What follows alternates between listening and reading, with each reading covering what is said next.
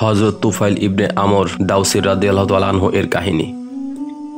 সর্বক্ষেত্রে যিনি চৌকস, সব কাজে যিনি পারঙ্গম, আত্মমর্যাদায় যিনি শীর্ষে, আতিথেয়তা ও বিপন্নের সাহায্যে যিনি অস্থির, যার উনানের আগুন কখনো নিভে না, যার অতিথিশালার দরজা কখনো বন্ধ হয় না, ক্ষুধার্ত যেখানে অবারিত খাবার পায়, ভীত সন্ত্রস্ত যেখানে নিরাপত্তা পায়, আশ্রয়প্রার্থী যেখানে নিরাপদ আশ্রয় পায়। শুধু কি তাই, যিনি সুতীক্ষ্ণ বুদ্ধির অধিকারী, বিদগ্ধ ভাষাবিদ, স্বনামখ্যাত কবি, শানিত যার অনুভূতি, দূরদর্শী যার দৃষ্টিশক্তি, অম্ল মধুর কথার মালায় যিনি শ্রোতাকে বিমোহিত করেন, তিনি হলেন দাউস গোত্রের সর্দার তুফাইল ইবনে আমর দাউসী রাদিয়াল্লাহু তাআলা আনহু। যখন রাসূলুল্লাহ সাল্লাল্লাহু আলাইহি ওয়াসাল্লাম ও মক্কার কাফেরদের মাঝে চরম বিরোধ চলছে, সংঘর্ষ ছুঁই করছে, ঠিক তখনই তুফাইল ইবনে আমর মক্কায় এলেন। মক্কায় পা ফেলেই একটা টান উত্তেজনা অনুভব করলেন। সবাই একে অপরকে নিজের দলের দিকে আকর্ষণ করছে, সাহায্যকারী ও সমর্থক বানাচ্ছে। রাসূলুল্লাহ সাল্লাল্লাহু আলাইহি ওয়াসাল্লাম ডাকছেন আল্লাহ রাব্বুল আলামিনের দিকে। ঈমান আর অবিচল বিশ্বাস তার হাতিয়ার, আর কুরাইশের কাফেররা সর্বশক্তিতে তা প্রতিহত করছে। সকল পন্থা ও পদ্ধতিতে তারা প্রতিরোধ গড়ে তুলছে। মক্কায় পা রেখেই তুফাইল অনুভব করলেন অবলীলাক্রমেই তিনি এই স্নায়ু যুদ্ধের মাঝে পড়ে গেছেন। অথচ এ উদ্দেশ্যে তিনি মক্কায় আসেননি। এর পূর্বে তিনি এ বিষয়ে কিছু জানতেনও না। এ স্নায়ুযুদ্ধ আর এ বিশ্বাসের দ্বন্দ্বকে কেন্দ্র করে তুফাইল ইবনে আমেরের জীবনে এক চমৎকার উপাখ্যান, এক অবসরীয় ঘটনা ঘটে, যা আমরা এখন তার বর্ণনাতেই ধীর ও স্থির চিত্তে মনোযোগের সাথে শুনব। তবে চলুন শুনি। তুফাইল বলেন, আমি মক্কায় এলাম। আমাকে দেখেই মক্কার নেতৃস্থানীয় ব্যক্তিবর্গ ছুটে এলো। বিস্ময়কর অভ্যর্থনা আর স্বাগত জানিয়ে আমাকে গ্রহণ করলো। মনোরম এক জায়গায় আমার থাকার ব্যবস্থা করলো। তারপর একে একে নেতৃস্থানীয় অনেকে এসে সমবেত হলো। তারা বলল, হে তুফাইল, মক্কায় এসেছো, বেশ ভালো কথা। তবে মনে রাখবে, ওই যে মুহাম্মদ নামের লোকটি, যে নিজেকে নবী বলে ধারণা করে, সে তো আমাদের মাঝে দারুণ বিশৃঙ্খলা সৃষ্টি করেছে, আমাদের ঐক্য বিনষ্ট করছে, আমাদের সংহতি ছিন্ন ভিন্ন করছে। আমরা আশঙ্কা করছি তোমার কারণে হয়তো তোমার গোত্রের মাঝেও এ বিপর্যয় ছড়িয়ে পড়তে পারে। তাই ওই লোকটির সাথে কোনো কথা বলবে না, তার কোনো কথা শুনবে না, কারণ তার কথায় মারাত্মক জাদুক্রিয়া রয়েছে। দু চারটি কথা যাকে তাকে মন্ত্রাভিভূত করে ফেলে, পিতা পুত্র, ভাই বোন ও স্বামী স্ত্রীর মাঝে বিরোধ ও বিচ্ছেদ সৃষ্টি করে। তুফাইল বলেন, তারা আমাকে তার বেশ কিছু অদ্ভুত কিচ্ছা কাহিনী শোনালো এবং তার বিস্ময়কর কর্মকাণ্ডের কথা বলে আমাকে ভয় দেখালো। অবশেষে আমি সিদ্ধান্ত নিলাম আমি তার নিকট যাব না, তার কথাবার্তা শুনব না। প্রত্যুষে আমি বাইতুল্লাহর তাওয়াফ করতে মসজিদে হারামে গেলাম। প্রতিমার আশীর্বাদ ও আশিস গ্রহণ করব। তবে প্রথমেই তুলা দিয়ে আমি আমার কান বন্ধ করে নিয়েছিলাম, যেন মুহাম্মদের কোনো কথা আমার কর্ণ স্পর্শ করতে না পারে। কিন্তু মসজিদে প্রবেশ করেই দেখি মুহাম্মদ কাবার সামনে নামাজ পড়ছে। অভিনব ও ভিন্ন ধরনের এক নামাজ।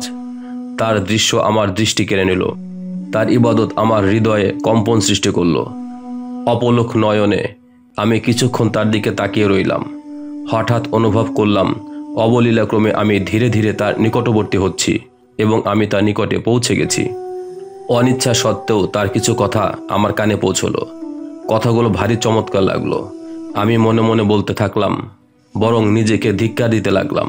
ছি ছি তুফাইল, তুমি একজন বুদ্ধিমান মানুষ, তুমি একজন কবি। ভালো মন্দ, ভেজাল নির্ভেজাল সবকিছুই তোমার নখদর্পণে। তাহলে লোকটির কথা শুনতে কিসের বাধা? ভালো হলে গ্রহণ করবে, আর মন্দ হলে প্রত্যাখ্যান করবে, এই তো। তুফাইল বলেন, রাসূলুল্লাহ সাল্লাল্লাহু আলাইহি ওয়াসাল্লাম বাড়িতে ফিরে যাওয়া পর্যন্ত আমি তককে রইলাম। তারপর রাসূলের পিছু পিছু তাকে অনুসরণ করতে লাগলাম। রাসূল সাল্লাল্লাহু আলাইহি ওয়াসাল্লাম গৃহে প্রবেশ করলে আমিও তার গৃহে প্রবেশ করলাম। বললাম, হে মুহাম্মদ, আপনার গোত্রের লোকেরা আপনার ব্যাপারে আমাকে অনেক কথা বলেছে। তারা আমাকে এমন ভয় দেখিয়েছে যে আমি আপনার কথা শোনার ভয়ে কানে তোলা দিয়েছিলাম। তারপর আল্লাহর ইচ্ছায় কিছু কথা শুনতে পেলাম। বেশ ভালো লেগেছে, ভারী চমৎকার লেগেছে। সুতরাং আপনার বিষয়টি আমার নিকট খুলে বলবেন কি? রাসূলুল্লাহ সাল্লাল্লাহু আলাইহি ওয়াসাল্লাম তখন আমাকে ইসলাম ও তার আদর্শের কথা শোনালেন। সূরা ইখলাস ও ফালাক তিলাওয়াত করে শোনালেন। আল্লাহর কসম, এর চেয়ে উত্তম কথা আমি কখনো কোথাও শুনিনি। তার ধর্মাদর্শের চেয়ে অধিক সামঞ্জস্যপূর্ণ ধর্মাদর্শ আর কখনো কোথাও দেখিনি। আমি তখন আমার হাত প্রসারিত করলাম এবং বললাম, লা ইলাহা ইল্লাল্লাহু মুহাম্মাদুর রাসূলুল্লাহ সাল্লাল্লাহু আলাইহি ওয়াসাল্লাম। আমি মুসলমান হয়ে গেলাম। তুফাইল ইবনে আমর রাদিয়াল্লাহু তাআলা আনহু বলেন, তারপর কিছুদিন মক্কায় থেকে ইসলামের অত্যাবশ্যকীয় বিষয়গুলো শিখে ফেললাম। সাধ্যমতো কোরআনে কিছু অংশ মুখস্থ করলাম। ফেরার সময় ঘনিয়ে এলে আমি রাসূল সাল্লাল্লাহু আলাইহি ওয়াসাল্লামের নিকট গিয়ে বললাম, ইয়া রাসূলুল্লাহ, আমি আমার গোত্রের এক অনুষ্ঠিত ব্যক্তি। সবাই আমার কথা শোনে। আমি এখন আমার গোত্রে ফিরে যাব, তাদেরকে ইসলামের দাওয়াত দেব।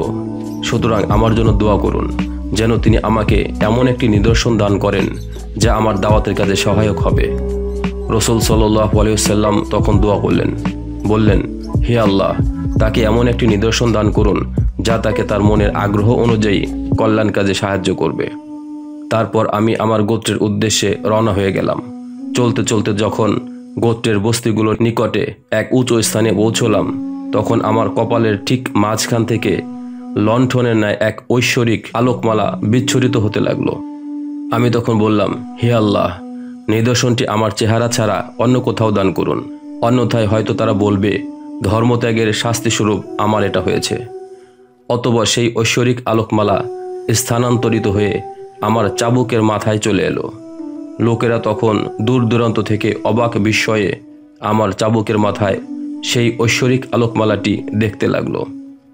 আমি তখন পাহাড়ের গিরিপথ ভেঙে নেমে আসছিলাম। পল্লীতে পৌঁছলে আমার বৃদ্ধ পিতা এগিয়ে এলেন। আমি বললাম, হে আমার পিতা, আর অগ্রসর হবেন না, আপনার আর আমার মাঝে সকল সম্পর্ক ছিন্ন হয়ে গেছে। তিনি বললেন, কেন? আমি বললাম, আমি ইসলাম গ্রহণ করেছি। আমি মুহাম্মদ সাল্লাল্লাহু আলাইহি ওয়াসাল্লামের ধর্মাদর্শ গ্রহণ করেছি। পিতা বললেন, বেশ, তাহলে তোমার ধর্মই আমার ধর্ম। আমি বললাম, তাহলে গোসল করে পবিত্র কাপড় পরে আসুন, আমি আপনাকে আমার শেখা বিষয়গুলো শিখিয়ে দেব। তিনি চলে গেলেন, গোসল করে পবিত্র কাপড় পরে এলেন। আমি তখন তার সামনে ইসলাম ধর্ম পেশ করলাম। তিনি তা কবুল করলেন ও মুসলমান হয়ে গেলেন। তারপর আমার স্ত্রী এলো। আমি বললাম, আমার নিকট এসো না, তোমার আর আমার মাঝের সম্পর্ক ছিন্ন হয়ে গেছে। সে বলল, কেন? আমি বললাম, ইসলাম ধর্ম তোমার আর আমার মাঝের সকল সম্পর্ক ছিন্ন করে দিয়েছে। আমি ইসলাম ধর্ম গ্রহণ করেছি, মুসলমান হয়ে গেছি। সে বলল, তাহলে আপনার ধর্মই আমার ধর্ম।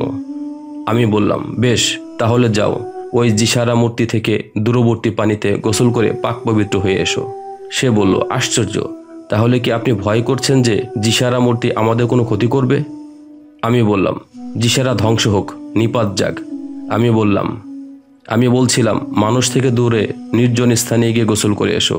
আর আমি দায়িত্ব নিলাম যে এই মুখ বধির পাথরের মূর্তি জিসারা কিছুই করতে পারে না। তারপর সে গোসল করে পবিত্র হয়ে এলো। আমি তার নিকট ইসলাম ধর্ম পেশ করলাম। সেও ইসলাম ধর্ম গ্রহণ করলো ও মুসলমান হয়ে গেল। এরপর আমি দাউস গোত্রের লোকদের ডেকে ইসলামের দাওয়াত দিলাম। তখন আবু হুরায়রা ছাড়া সবাই কিছু না কিছু বিলম্ব করেছিল। শুধুমাত্র আবু হুরায়রাই নির্দ্বিধায় তখনই ইসলাম ধর্ম গ্রহণ করেছিল। তুফাইল ইবনে আমর রাদিয়াল্লাহু তাআলা আনহু বলেন, এর বেশ কিছুদিন পর আমি আবু হুরায়রাকে সঙ্গে নিয়ে আবার মক্কায় এলাম। রাসূলুল্লাহ সাল্লাল্লাহু আলাইহি ওয়াসাল্লাম তখন বললেন, হে তুফাইল, তোমার গোত্রের লোকদের খবর কি? আমি বললাম, তাদের হৃদয় সিপিবদ্ধ, তাদের অন্তর কুফুরির ঘোর অন্ধকারে আচ্ছন্ন, পাপাচার আর অবাধ্যতা গোটা দাউস গোত্রের মাঝে ছড়িয়ে পড়েছে। আমার কথা শুনে রাসূলুল্লাহ সাল্লাল্লাহু আলাইহি ওয়াসাল্লামের চেহারায় চিন্তা রেখা ফুটে উঠল। তারপর তিনি ওযু করলেন, নামাজ পড়লেন এবং আকাশের দিকে দুহাত তুলে ধরলেন।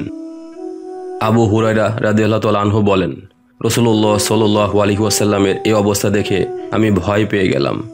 যদি রাসূলুল্লাহ সাল্লাল্লাহু আলাইহি ওয়াসাল্লাম বদদোয়া করেন, তাহলে তো আমার গোত্র ধ্বংস হয়ে যাবে। আমি আর স্থির থাকতে পারলাম না। অস্ফুট আওয়াজ বেরিয়ে এলো কণ্ঠ চিরে, হায় হায়, আমার গোত্রের কি হবে? ইতিমধ্যে রাসূলুল্লাহ সাল্লাল্লাহু আলাইহি ওয়াসাল্লামের কণ্ঠস্বর শুনতে পেলাম।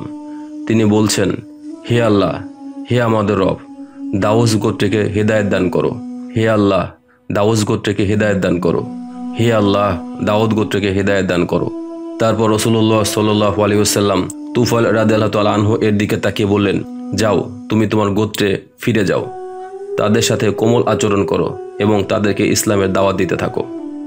তুফাইল ইবনে আমর রাদিয়াল্লাহু তাআলা আনহু বলেন, আমি স্বগোত্রে ফিরে এলাম এবং অবিরাম ইসলামের দাওয়াত দিতে লাগলাম। ইতিমধ্যে রাসূলুল্লাহ সাল্লাল্লাহু আলাইহি ওয়াসাল্লাম হিজরত করে মক্কা থেকে মদিনায় চলে এলেন।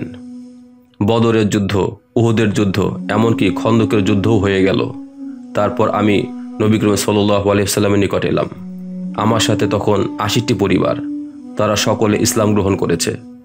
রাসূলুল্লাহ সাল্লাল্লাহু আলাইহি ওয়াসাল্লাম আমাদেরকে দেখে আনন্দিত ও বিমুগ্ধ হলেন এবং খাইবরের যুদ্ধলব্ধ সম্পদ থেকে অন্যান্য মুসলমানদের ন্যায় আমাদের অংশ দিলেন। আমরা তখন বললাম, ইয়া রাসূলুল্লাহ, অনাগত দিবসের প্রতিটি যুদ্ধে আমাদেরকে মুসলিম বাহিনীর ডান পাশে রাখবেন এবং আমাদের জন্য প্রতীক শব্দ মাবরুর নির্ধারণ করবেন। তুফাইল ইবনে আমর রাদিয়াল্লাহু তাআলা আনহু বলেন, এরপর আমি রাসূল সাল্লাল্লাহু আলাইহি ওয়াসাল্লামের সাহচর্যে থেকে গেলাম। ইতিমধ্যে মক্কা বিজয় হয়ে গেল। আমি তখন রাসূলুল্লাহ সাল্লাল্লাহু আলাইহি ওয়াসাল্লামের নিকট এসে বললাম, ইয়া রাসূলুল্লাহ, আমাকে আমর ইবনে হাসামার মূর্তি জিল কাফাইলকে জ্বালিয়ে দেওয়ার অনুমতি দিন। রাসূল সাল্লাল্লাহু আলাইহি ওয়াসাল্লাম তাকে অনুমতি দিলে তিনি তার গোত্রের একদল যোদ্ধা নিয়ে সন্তর্পণে যাত্রা করলেন। মূর্তির নিকট পৌঁছে তা পুড়ে ফেলতে উদ্যত হলে তার চতুষ্পার্শ্বে নারী, পুরুষ আর বালকেরা সমবেত হলো। তারা অপেক্ষা করছে, যদি তিনি মূর্তির কিছু করেন তাহলে আকাশ থেকে বজ্র আপতিত হবে বা অন্য কোনো ক্ষতি হবে। কিন্তু তুফাইল ইবনে আমর রাদিয়াল্লাহু তাআলা আনহু মূর্তি পূজারী জনতার সম্মুখেই তাতে আগুন লাগিয়ে দিলেন আর আনন্দের আতিশয্যে কবিতা আবৃত্তি করতে লাগলেন, ওহে জিল কাফাইল, আমি তো তোমার পূজারী নই, তোমার জন্মের পূর্বেই আমার জন্ম হয়েছে। নিশ্চয়ই আমি তোমার হৃদয়ে অগ্নিশিখা পুড়ে দিলাম। লেলিহান অগ্নিশিখা মূর্তিটি গ্রাস করে নেয়ার সাথে সাথে দাউস গোত্র থেকে শিরকের অবশিষ্ট চিহ্ন মুছে গেল। তুফাইল ইবনে আমর রাদিয়াল্লাহু তাআলা আনহু রাসূলুল্লাহ সাল্লাল্লাহু আলাইহি ওয়াসাল্লামকে ছেড়ে আর কোথাও যাননি। রাসূলের ইন্তিকালের পূর্ব পর্যন্ত রাসূলের সাথেই ছিলেন। হযরত আবু বকর সিদ্দিক রাদিয়াল্লাহু তাআলা আনহু খলিফা হলে তুফাইল রাদিয়াল্লাহু তাআলা আনহু নিজেকে, নিজের তরবারিকে এবং সন্তানকে তার আনুগত্যের সমর্পণ করলেন। ধর্মান্তরের মহাফিতনার সময় যুদ্ধ শুরু হলে মুসাইলামাতুল কাজ্জাবের বিরুদ্ধে যুদ্ধের জন্য তুফাইল রাদিয়াল্লাহু তাআলা আনহু ও তার ছেলে আমর মুসলিম বাহিনীর সাথে রওনা হয়ে গেলেন। ইয়ামামার পথে যাত্রাকালে তিনি একটি স্বপ্ন দেখলেন। সাথীদের বললেন, আমি একটি স্বপ্ন দেখেছি, তোমরা তার ব্যাখ্যা করো। সাথীরা বললেন, আপনি কি দেখেছেন? তিনি বললেন, আমি দেখলাম আমার মাথা মুন্ডানো হয়েছে, আমার মুখ থেকে একটি পাখি বেরিয়ে উড়ে গেছে। একজন নারী আমাকে তার উদরে ধারণ করেছে আর আমার ছেলে আমর আমাকে দ্রুত তালাশ করছে, কিন্তু আমার ও তার মাঝে অন্তরায় সৃষ্টি হয়ে গেছে।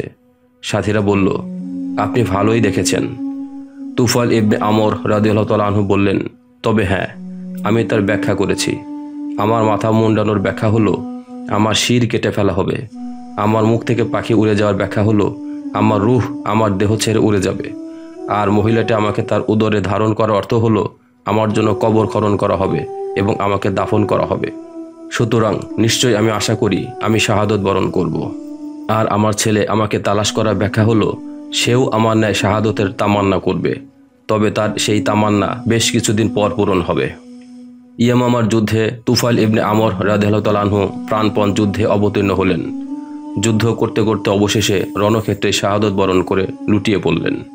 আর তার ছেলে আমর অনবরত যুদ্ধ করতে লাগলেন। শরীরের ক্ষতস্থানগুলো দিয়ে রক্ত ঝরতে ঝরতে একেবারে দুর্বল হয়ে গেলেন। যুদ্ধ চলাকালে তার ডান হাতের কবজি দেহ থেকে বিচ্ছিন্ন হয়ে গেল। ইয়ামামার ময়দানে তিনি তার পিতাকে ও তার হাতকে দাফন করে মদিনায় ফিরে এলেন। হযরত উমর ইবনে খাত্তাব রাদিয়াল্লাহু তাআলা আনহু এর খিলাফতকালে আমর ইবনে তুফাইল রাদিয়াল্লাহু তাআলা আনহু তার নিকট এলেন। ইতিমধ্যে উমর রাদিয়াল্লাহু তাআলা আনহু এর জন্য খাবার আনা হলো। মজলিসে তখন অনেক লোক, তিনি সবাইকে খাবারে আহ্বান করলেন। আমর ইবনে তুফাইল রাদিয়াল্লাহু তাআলা আনহু তখন দূরে সরে রইলেন।